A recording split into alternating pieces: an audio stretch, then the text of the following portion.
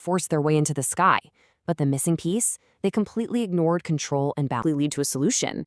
Even the brilliant Wright brothers hit a massive wall during their early testing. The early gliders were incredibly difficult to stabilize. Since there was no system for proper navigation, the aircraft could easily lose balance midair, which obviously led to some immediate, heart-pounding danger. It was just a chaotic and wildly unpredictable process for them. Now, what's really interesting about this quote is just how deep the public skepticism. Hey everyone, and welcome to The Explainer. I am absolutely thrilled you're joining us today because, well, we're looking at one of the most famous moments in human history, the year 1903, when Orville and Wilbur Wright successfully built the world's first working airplane. Now, we all know the triumphant story of them taking to the skies, but what's often forgotten is the massive, fundamental mistake that threatened the entire endeavor right from the start. It was an engineering blind spot so huge that it almost grounded the dream of human flight forever. Okay, let's dive right into this and look at our first section, the fatal flaw of flight. So when we think of early aviation, we usually picture these daring inventors and flimsy machines, right? But the reality was absolutely terrifying. I mean, the stakes were literally life and death. So we really have to ask the core engineering mystery directly. What was the biggest mistake of early airplanes? Well, the answer actually isn't that their engines were too weak or that their materials were too heavy. No, the terrifying reality was that early aircraft completely lacked a stable and easy control system. Just think about that for a second. There was absolutely no proven method to properly steer or balance an airplane once you were up in the air. You could launch yourself off the ground, sure, but you were essentially at the total mercy of the wind and gravity. Talk about a wild ride.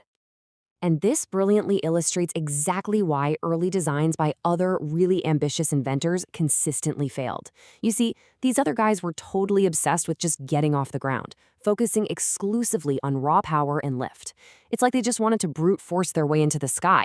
But the missing piece? They completely ignored control and balance. They built these incredible machines designed to jump into the air, but they had absolutely zero plan for how to actually survive once they got up there. That brings us to section 2. Gliders, gravity, and doubt. And let me tell you, this was a serious phase of struggle. Because, just realizing the problem doesn't magically lead to a solution. Even the brilliant Wright brothers hit a massive wall during their early testing. The early gliders were incredibly difficult to stabilize. Since there was no system for proper navigation, the aircraft could easily lose balance midair, which obviously led to some immediate, heart-pounding danger.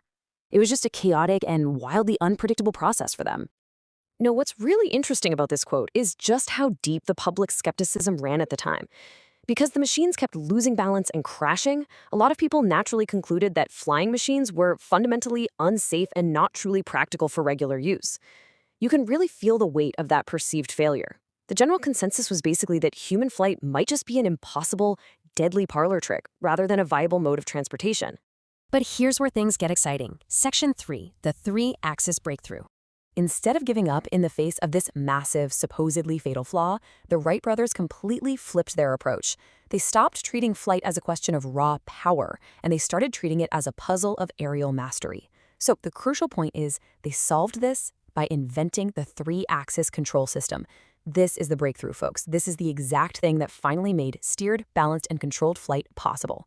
They realized that you don't just move forward and backward in the sky, you move in a full 3-dimensional space, and you absolutely need to control every single axis of that movement if you want to survive.